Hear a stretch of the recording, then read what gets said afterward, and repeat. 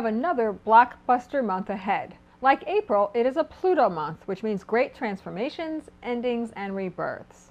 Last April, we experienced a personal or professional crisis that required immediate attention and was the result of long-standing, decaying issues. Some structure needed to collapse, and we may have been trying to correct or resolve the issue. If you have been served papers by the government or the courts, a strong possibility with Pluto in Capricorn, you will need to thoroughly follow every necessary step to get right with a tax, divorce settlement, or immigration problem. If you haven't addressed or appeased the situation, it will blow up full force when Pluto turns direct on September 23rd. If you have followed the gigantic promptings of the universe and course corrected, you may move more rapidly towards your long-term goals this month. Early on, we hear news of a diplomatic or artistic event, perhaps the next step in a partnership initiated in August. We are dealing with big egos now, and so depending on the level of consciousness, the more powerful person may bring helpful support or exert detrimental pressure on the weaker party. Our Virgo prudence and skillfulness can pay off and achieve modest gains once Venus, planet of values, moves into the sign of the Virgin.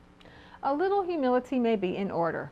Yet likewise, we do have some larger quests to follow, courtesy of Mars moving into Sagittarius, and this may involve an international or cross-cultural connection. Mars in Sag is always searching for more, and as long as there is an understanding of self-responsibility, can attract grand adventures into one's life. The lower version is one of excessive behavior and desires that are out of control. There might be a battle between control and excess played out between men and women. Yet all the minor skirmishes will dissipate in light of Pluto turning direct on September 23rd. The aforementioned inevitable thrust forward will happen and take our full attention. This is the next stage in accessing righteous personal power or in ethical grabs at influence and control. The only way to get through the Pluto transit is to maintain your integrity and play by a higher set of rules.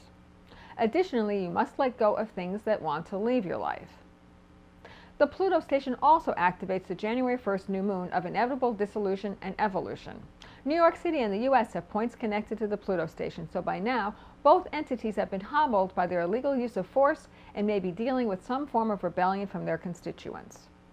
For a moment, fairness can reign at the fall equinox on the 24th, and perhaps we can see both sides of the issue.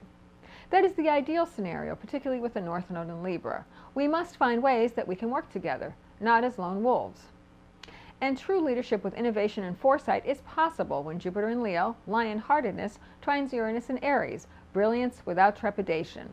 While this aspect can certainly be noticed in political or cultural realms, it is something that we can all incorporate through healthy, supercharged expression of our higher self.